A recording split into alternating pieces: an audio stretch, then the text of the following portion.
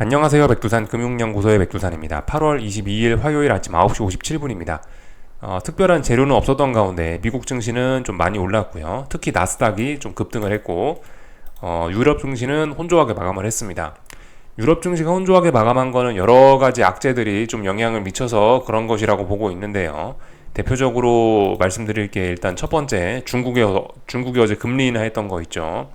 중국이 금리 인하를 했는데 이게 좀 부양책으로서 좀 모자란다라는 그런 인식이 있었는지 중국 증시 하락 마감했었죠. 그 영향을 좀 받았다라고 생각이 되고요.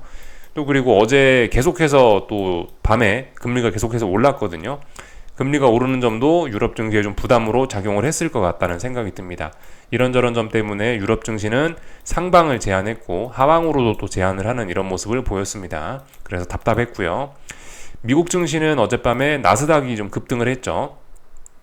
나스닥은 보시면 갭 상승 출발해서 그 갭을 메우지도 않은 상태로 그대로 또 올랐죠. 원웨이 상승한 겁니다. 나스닥은요. S&P는 원웨이 상승은 아니고 그냥 상승이고 나스닥은 원웨이 상승. 정말 강력한 상승을 보여준 겁니다. 금리가 올랐음에도 불구하고 이 나스닥이 강한 모습을 보였다라는 거는 제 생각에 어제 주식시장은 어제 미국 증시는 최소한 이런 거 악재 잊었다. 금리가 올라가고 뭐시고 간에 일단 어제 미국 증시는 그 기업의 실적에 대한 기대감으로 움직였다라고 보는 게 딱 적당할 것 같습니다. 기업의 실적 뭐 있죠? 엔비디아 실적이 수요일 날 미국 증시 마감하고 나서 발표가 될 예정이거든요. 그러니까 한국 시간으로 목요일 날 아침일 겁니다. 아마 목요일 아침에 발표가 될 건데 그거에 대한 기대감으로 시장이 움직였다라고 볼 수가 있을 것 같아요. 그래서 어제 미국 증시는 금리고 뭐고 일단 오래간만에 깔끔하게 다 잊고 기업의 실적에 대한 어떤 그런 자신감을 다시 한번 보여준 하루라고 생각이 됩니다. 물론 뭐 따지고 보면 별로 그렇게 논리적인 움직임은 아닐 수가 있는데요. 근데 뭐 그럴 수도 있죠. 단기적인 움직임은 무슨 일이든 일어날 수 있죠. 또 그리고 이 미국 증시 같은 경우는 말씀드렸다시피 이제 중요한 지지선 부근에 와 있기 때문에 그 지지선을 테스트하는 거 혹은 저항을 금요일날 막 붕괴시켰기 때문에 그런 저항을 테스트해야 된다라 말씀드렸는데 딱 뭐 그런 모습을 보인 거죠. 지난주에 지난주에 그 지지선 테스트 그거를 계속해서 연장하고 있다 이런 식으로 보시면 될 것 같습니다. 그래서 뭐 이런 움직임들이 보였다라고 말씀을 좀 드리면 될 것 같고요. 그죠? 어젯밤에 그래서 금리가 크게 올랐다고요. 예. 10년물 국채 금리가 어젯밤에도 급등을 하면서 이 직전 고점을 살짝 안착하면서 계속해서 상승 의지를 보이고 있습니다. 그래서 이런 점이 좀 시장에 악영향을 미치긴 했는데 주식 시장은 일단 신경 쓰지 않았다고요. 그래서 보시다시피 그냥 이제 명목적으로 봐도 지난번 직전 고점까지 아예 넘겼어요. 물론 직전 고점 이 자리 자체는 별로 그렇게 중요한 저항은 아니라고 보는데 일단 이 자리까지 완전히 넘겨버렸습니다. 그래서 정말 강력한 매수세를 보여주고 있어요. 솔직히 좀 오버슈팅이 좀 단기적으로 봤을 때 오버슈팅이 좀 심하긴 하거든요. 그래서 좀 쉬어가야 될 것 같긴 한데 조금 쉬었습니다. 이 지난 3거래일 동안 쉬었다고 여기서 또다시 급등을 한 거예요. 솔직히 좀 뭐 약간 좀 앞으로 오버슈팅이 좀 본격적으로 더 나올 가능성도 조금씩 보이고는 있는 겁니다. 이게 하여튼 그래요. 중장기 조금 좀 큰 관점에서 보면 이 어떤 급등에 대한 피로감이 계속해서 누적이 되어 있고 계속해서 해소되지 않고 있는 건 맞고요. 그렇지만 이제 단기적인 입장에서 봤을 땐 3거래일 동안 쉬었기 때문에 또 달리고 이런 일은 계속해서 일어날 수 있습니다. 그래서 이런 식으로 변동성을 확대시키는 거는 앞으로 쉬어가는 게 아니고 계속해서 더 오르겠다, 다이렉트로 더 오르겠다라는 그런 의지를 일단 보여주고 있는 것이라고 뭐 일단은 해석은 할 수 있겠어요. 근데 뭐 모르죠. 이제 잭슨홀 미팅이라든가 이런 이벤트들이 있으니까 어떻게 될지는 좀 지켜봐야 되는데 하여튼 난 탄력적으로 오를 생각이 있다라는 거를 좀 보여줬습니다. 미국 증시도 그렇죠. 미국 증시도 어젯밤에 이런 모습들을 보면 뭐 답답한 흐름이 아니고 나 앞으로 탄력적으로 좀 반등을 해보겠어라는 그런 의지입니다. 나스닥인데요. 얘도 보시다시피 의미 있는 매수세 보여준 거예요. 그죠? 지난 2거래일 동안 하락을 완전히 다 되돌린 거기 때문에 야, 나 이런 거는 의미 있는 매수세다. 나 앞으로 좀 올라가 보겠어라는 그런 의지를 보여준 거예요. 재밌는 모습이죠. 그죠? 금리와 증시가 둘 다 동시에 어떤 뭐 반등 의지, 어떤 뭐 상승의 의지를 탄력적인 상승의 의지를 보인 겁니다. 누가 맞을지는 일단 좀 지켜봐야 될 것 같긴 하고요. 그래서 뭐 그 미국 증시는 다시 나스닥은 중요한 지난번에 붕괴시켰던 그 저점 다시 일단 회복을 했고요. 다시 네, 다시 회복을 하면서 이 자리에 대한 저항이 약하구나. 아직까지 강세장의 영향이 많구나라는 걸 재확인한 그런 상황이고요. S&P는 뭐 그냥 뭐 특별한 거 없죠. 예, 뭐 S&P 같은 경우는 이 자리 원래 지지선이었고 그렇기 때문에 일단 반등 나와야 될 자리에서 자연스럽게 반등이 나오고 있습니다. 증시는 반등 나와야 될 자리에 자연스럽게 반등이 나오고 있고 금리는 좀 무리하게 좀 힘을 쓰고 있는 듯한 그런 모습이에요.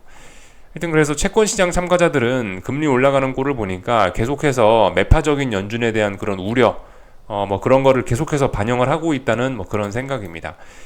지금 생각해 보셔야 되는 게 이벤트가 두 개가 있죠, 그죠? 잭슨홀 미팅하고 엔비디아 실적 발표하고 두 개가 있는데요.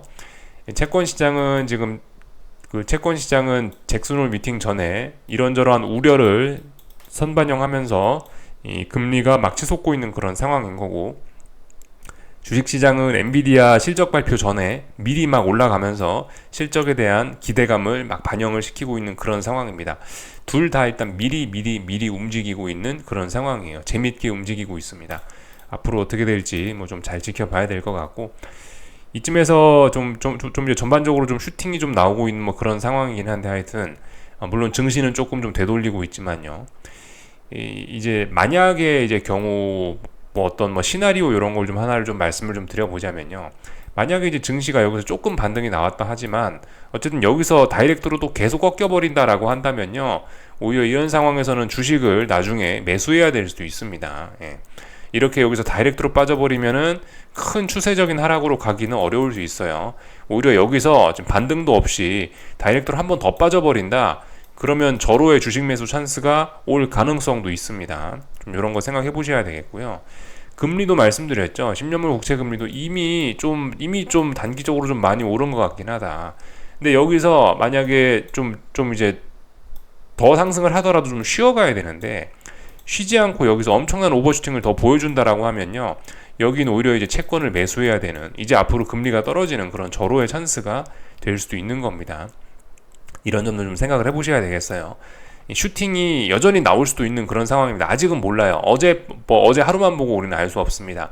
여전히 전반적으로 증시의 좀 언더슈팅 혹은 금리의 오버슈팅이 좀 진행이 되고 있는 그런 상황이고, 여기서 지금 더 진행될 수 있는 거죠. 증시가 한 번 더 빠질 수 있고 금리가 계속해서 더 치솟을 수도 있습니다. 그렇지만 계속해서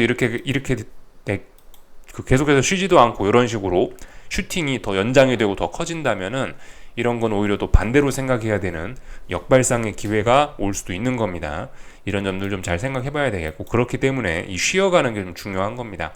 힘을 좀 잘 쉬어가야 다음번에 또 건전하게 계속 오를 수 있고, 여기서 쉬어가야 증시가 계속해서 또 건전하게 더 빠질 수도 있는 겁니다. 슈팅이 나오면은 좀 위험할 수 있다. 뭐 그런 식으로 좀 생각을 해보시는 게 좋을 것 같아요. 이 하방 투자자 입장에서 좀 말씀을 좀 드려봤습니다. 여기까지 좀 말씀을 드렸고요. 뭐 특별히 뭐 점검할 만한 건 없는 것 같아요, 그죠? 엔비디아하고 테슬라 많이 올라가면서 뭐 시장이 올랐다 이렇게 볼 수가 있을 거고요. 뭐 애플 같은 친구들도 뭐 일단 반등 의지를 좀 보이긴 했죠. 애플도 여기가 중요한 지지선이라고 말씀드렸었죠. 여기 어딘가가 중요한 지지선이다. 그래서 지지선 테스트하고 있다. 이 정도 말씀 뭐 드릴 수 있겠고, 전반적으로 미국 증시는 일단 좀 반등을 하겠다라는 그런 의지를 보여줬는데요. 이제 오늘 밤엔 그럼 오르는 게 맞죠? 오늘 밤엔 상승해주는 게 자연스러운 모습입니다. 오늘 밤 여기서 이제 전일 상승을 되돌리면서 여기서 하락을 해버리면은 미국 증시가, 그럼 이제 제가 말씀드렸던 그런 슈팅 시나리오로 또 갈 수도 있는 겁니다. 그래서 일단 아직은 모르는 겁니다. 어젯밤 하루 올랐다고 뭐 어떻게 되는 게 아니에요. 그리고 어젯밤 미국 증시 같은 경우는 지금 보시면 단번에 좀 강하게 올라버렸기 때문에 엄밀히 따지면 이런 부분에 대한 지지력 검증은 사실 잘 되지는 않은 거예요. 이 기초공사가 좀 부실하게 좀 탑을 쌓아 올리는 그런 느낌도 좀 있긴 있는 겁니다. 뭐 그렇지만 이게 강세장이라 그런 걸 수도 있어요. 지금 굉장히 시장이 강하죠. 지금까지 굉장히 강했었기 때문에 이런 기초공사는 필요 없어요. 여기서 굳이 뭘 확인을 하냐. 어차피 강했는데. 그렇기 때문에 올라간다는 논리로도 충분히 볼 수 있긴 합니다. 하여튼 어느 쪽 생각이 더 합리적일지는 이제 앞으로 이제 시간이 지나면서 시장이 차차 확인을 해줄 부분인 거고요. 우리는 그럴 수도 있고 저럴 수도 있다. 일단 반등할 생각이 있긴 있는가 보다 하면서 그냥 가볍게 지켜봐 주시면 되겠습니다. S&P도 어쨌든 반등할 생각이 있나 보구나 이렇게 봐주시면 되겠죠. 그럼 이제 위쪽에 어딘가 이제 저항들 잘 찾아가셔가지고 뭐 반등시 매도 전략 하실 분들은 반등시 매도 전략 하시고, 미국 증시는 눌림시 매수해도 아무런 문제 없긴 합니다. 예, 미국 증시는 솔직히 지난번에 뭐 지난번에 살짝 뭐 저점을 낮춰서 하락 추세로 일단 뭐 전환을 시켰긴 했지만은 워낙 살짝 했기 때문에, 예, 솔직히 뭐 아직도 눌림시 매수하는 거 이해가 되긴 됩니다. 눌림시 매수가 아직도 뭐 충분히 정석이라고 볼 수 있죠. 미국 증시는요. 하여튼 그런 상황들 말씀드릴 수 있겠고요. 아직도 미국 증시는 어쨌든 이 눌림시 매수가 정석이고 반등시 매도가 좀 그죠? 좀 아무리 역배팅에 가까운 그런 상황이겠죠. 그죠? 요런 점들 좀 알고만 가시면 좋을 것 같습니다. 엔비디아는 뭐 보시다시피 지난 한 3, 4거래일 동안 만들어놨던 저항을 한 번에 돌파한 척 하면서 다시 어떤 중요한 저항에 도달하고 있는데요. 이 실적 발표 앞두고 계속해서 어떤 기관 투자자들이 이 엔비디아의 목표 주가를 계속해서 막 상향 조정하고 있습니다. 그런 점들이 매수세를 이끌어내고 있죠. 근데 중요한 거는 결과적으로 이런 자리들의 저항들인 거고, 이 저항을 이제 이런 저항 자리에서 이제 실적이 잘 나와서 넘어가느냐 안 넘어가느냐가 중요한 겁니다. 일단 아직까진 저항권 내에 있기 때문에 뭐 엔비디아 하방 보실 분들은 보셔도 상관은 없다. 위쪽에 저항이 있으니까요. 그죠? 볼 수는 있다. 요 정도 말씀드리면 될 것 같습니다. 하여튼 실적 발표를 앞두고요. 앞두고 좀 먼저 올라가고 있다. 이런 거는 정작 상승에는 별로 안 좋을 수도 있습니다. 이렇게 더군다나 중요한 저항을 앞두고 이렇게 미리 실적 발표를 앞두고 미리 움직인다라는 거는 증시에 좀 부담일 수 있긴 해요. 요런 점 정도 생각 정도는 해볼 수 있습니다. 반도체 지수 뭐 그래서 올라왔는데, 반도체 지수도 아직도 중요한 지지선 다 잘 지키고 있죠. 붕괴시킨 적 없습니다. 예. 그래서 일단 조금 올라가고 있는데, 하여튼 지금 전반적으로 보면 이렇게 좀 혼조한 구간 안에 와 있죠. 그죠? 예. 그래서 어떻게 될지 모르는 그런 구간이다. 지금 현재는 지금은 어떤 간절기에 와 있다. 뭐 이 정도로 생각을 하시면 좋을 것 같습니다.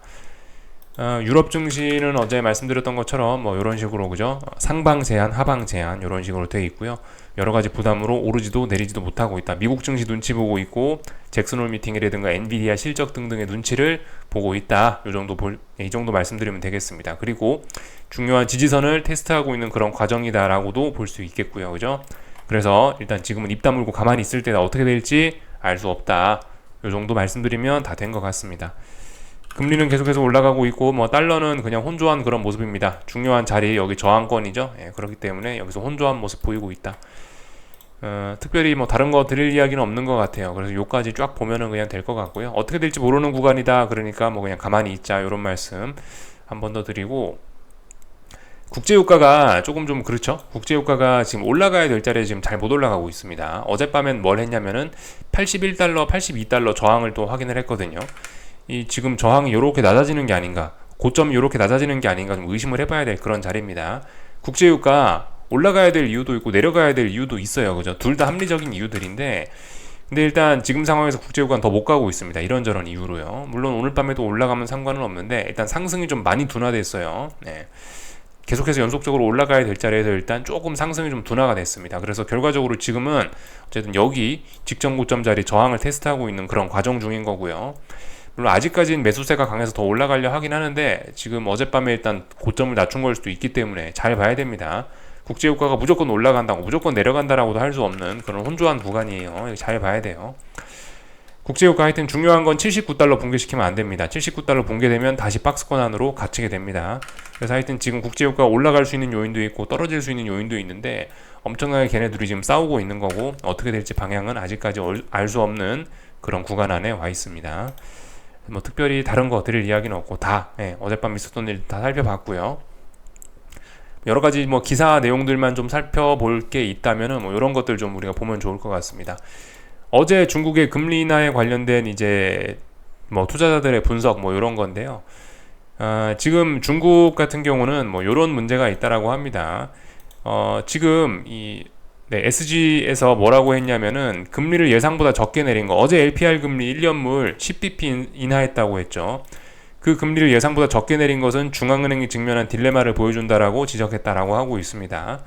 그러니까 이 LPR 금리를 너무 많이 내려버리지 못하는 이유가, 그 금리를 너무 많이 내리면은 은행의 이자 수익이 문제가 생긴다라는 겁니다. 그래서 지금 중국은 두 가지 딜레마가 있는 거죠. 그죠? 가만 읽어보니까 여기서 금리를 더 낮춰버리면은 은행의 수익률에 문제가 생길 수 있다. 그렇지만 여기서 금리를 더 낮추지 않으면은 부동산에 문제가 생길 수 있다. 그래서 지금 부동산과 은행 이 둘 간의 지금 밸런스 때문에 지금 이 둘의 이익이 지금 서로 상충하고 있는 거죠. 그죠? 은행들의 이익과 부동산 시장의 이익이 서로 상충하고 있어서 어느 쪽 손을 들어줘야 되나 싶어가고 지금 중국 인민은행이 고민을 하고 있다라는 겁니다. 결국 중국도 이도저도 못하고 있는 거네요. 그죠? 금리가 더 낮아지면 은행이 망한다. 금리가 여기서 더 낮추지 않으면 부동산이 망한다. 근데 은행과 부동산 한 몸이죠, 사실상 한 몸입니다. 굉장히 어쨌든 중국도 좀 뭐가 상황이 안 좋구나라는 거를 우리가 이런 걸 통해서 대략적으로 좀 짐작을 할 수가 있습니다. 중국이 가지고 있는 문제, 이런 것들이 있구나 알고만 넘어갑시다.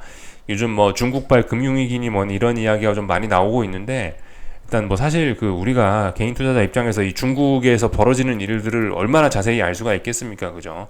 그래서 계속해서 강조 말씀드리는 게, 이 김칫국 먹으면 안 된다라는 거예요, 그죠? 뭐 중국발 금융위기고 어쩌고저쩌고 그런 이야기 나오는데, 실제적으로 무슨 일이 나기 전까지는 아무 일도 없는 겁니다, 그죠? 그렇기 때문에 그냥 차분하게 지켜보시면 될 것 같아요. 정말 중국이 뭐 안 좋아갖고 뭐 중국발 위기가 나고 그럴 거면은, 그러면 결과적으로 뭐 증시도 그렇게 반응을 보이겠죠, 그죠? 근데 지금 증시는 물론 중국 증시는 좀 약할 수도 있지만, 지금 아직도 세계 증시는 어떤 지지선 부근에서 어떤 그 지지력 테스트하고 있단 말이에요. 아직은 그런 뭐 엄청난 뭐 중국발 금융위기 그런 거를 증시는 반영하고 있는 모습은 아닙니다. 아직까지는요. 그렇기 때문에 김칫국 먹으면 안 된다. 요 정도 이야기 좀 드리고 싶고요. 어제 나온 기사인가 그런데요. 미국에서 7%대 CD와 예금금리 광고가 등장을 했다라고 합니다. 뭐 물론 이제 현혹되지 말아야 할 일부 이벤트성 금리일 수 있는데, 근데 굉장히 상징적인 것이긴 하죠. 그만큼 금리가 높아졌기 때문에, 그만큼 장기금리, 시중금리가 많이 높아지고 있기 때문에 이 미국의 은행들은 7%씩, 물론 7%까지는 아니겠죠. 근데 어쨌든 그 지역 은행들은, 특히 위기에 빠진 지역 은행들은 굉장히 높은 예금금리를 예금자들한테 충분히 높은 금리를 제공을 해줘야 자금을 끌어올 수 있다는 거, 이런 걸 좀 우리가 알 수가 있습니다. 이런 그 기사를 보면서요. 그만큼 은행들의 부담이 심각하다라는 걸 좀 우리가 알 수가 있습니다. 그리고 그만큼 금리가 많이 올랐구나, 이런 것도 좀 이런 걸 통해서 상징적으로 좀 알 수가 있는 거긴 해요. 근데 어쨌든 이런 것도 참고적으로 알아놓으셔야 됩니다. 이게 문제가 뭐냐면, 이렇게 금리가 높아지면은 연체율이 높아지고 부도율이 높아진다, 그죠? 신용에 문제가 생기고 있다는 뭐 작은 근거일 수 있다, 이 정도로 생각하시면 되겠죠. 그래서 이 정도 내용을 좀 보면 될 것 같고요. 참고로 잭슨홀 미팅에서 지금 투자자들은 연준이 잭슨홀 미팅에서 파월 의장이 매파적인 이야기를 할 것이라고 지금 다들 생각을 하고 있습니다. 잭슨홀 미팅에서 파월이 82% 확률로 매파적인 이야기를 할 것이다 라고 이렇게 이야기를 하고 있죠. 그래서 채권 시장은 말씀드렸다시피 그런 매파적인 이야기를 할 우려를 이미 반영을 하고 있는 상황이고요. 주식시장은 일단 이미 그런 게 반영이 됐다라고 생각했는지, 어제 미국 주식시장은 기업 실적에 주목하면서 반등을 하긴 했죠. 그냥 중요한 건 이 반등이 계속해서 연속적으로 일어날 수 있을 것이냐, 이제 그런 여부를 잘 보시면 될 것 같습니다. 전반적인 내용들 쭉 살펴봤고요. 오늘 한국 증시는 뭐 좀 반등을 하네요, 그죠? 근데 일단 오늘 보셔야 될 기술적인 자리는 그겁니다. 일단 여기가 중요한 저항입니다. 일단 8월 17일 날 종가가 중요한 자리예요. 그 자리가 일단 331이 되겠네요, 그죠? 331 자리를 돌파한착을 그래야 이제 좀 탄력적인 반등이 가능한 겁니다. 잠깐 고점을 높이는 이런 거 말고요. 의미 있게 좀 반등을 하고 싶으면 331을 종가상으로 이제 안착을 해야 되는 겁니다.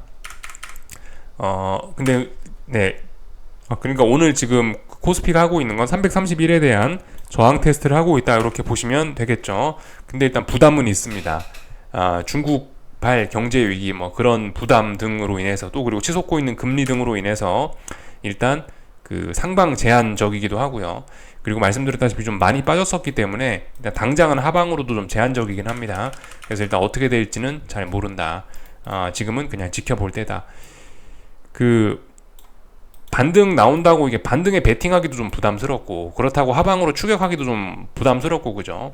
그래서 지금 같은 때는 조용히 지켜보면서 뭐 반등시 매도 전략 찔끔찔끔 해보거나 뭐 그 정도가 지금 뭐 적당하지 않나 싶어요. 네, 그래서 뭐 특별히 다른 거 뭐 드릴 이야기는 없고 하여튼 지켜봐야 된다 그겁니다. 그리고 오늘 아무래도 뭐 코스피가 좀 많이 올랐으니까 코스닥은 좀 서운할 수도 있겠네요. 그죠? 이런 점들 생각해 보시면 되겠고요. 요즘 코스피와 코스닥을 서로 이렇게 어깨를 나란히 하면서 하루는 코스피 오르고 하루는 코스닥 오르고 이러면서 서로 왔다 갔다 하고 있죠. 오늘은 또 코스피가 조금 좀 선전하니까 코스닥은 조금 좀 약할 수도 있고 그런 점들 생각하시면 좋을 것 같습니다. 뭐 특별히 지금 드릴 이야기가 없는 그런 상황이고요. 오늘 이렇게 음봉으로 마감하고 뭐 이렇게 된다라면은 일단 좀 굉장히 좀 부담스러운 그림이 또 나타날 수 있겠죠, 그죠? 뭐 환율은 계속해서 금리가 올라가다 보니까 여기서 잘 버티고 있고요. 하여튼 잘 쉬어가고 있습니다. 지금 이런 모습이 지난번 요렇게 많이 올랐던 지나친 이런 슈팅에 대한 그런 온전한 소화를 시키는 것은 아니긴 한데요. 단기적으로는 일단은 5거래일째 쉬고 있기 때문에 여기서 또 급등, 폭등 얼마든지 가능한 그런 상황이긴 합니다. 이 지난번에 많이 올랐던 이 피로감이 사라진 건 아니에요. 계속해서 피로해요. 그렇지만 또 오를 수 있습니다. 이런 상황에서 지금 단기적으로 또 쉬었기 때문에 단기적인 체력은 또 충전을 한 그런 상황입니다. 그래서 일단 그렇지만 일단 중요한 저항이 뭐 눈앞에 와 있고 잭슨홀 미팅, 엔비디아 실적, 뭐 재무부의 채권 발행 등등 중요한 이벤트가 있으니까 아직 숨죽이고 있네요. 세계 증시가 전반적으로 숨죽이고 있다. 뭐 이 정도로 표현을 하면 될 것 같습니다. 궁금한 거 리플 남겨주시고요. 오늘 저녁에 뵙도록 하겠습니다. 여기서 마치겠습니다.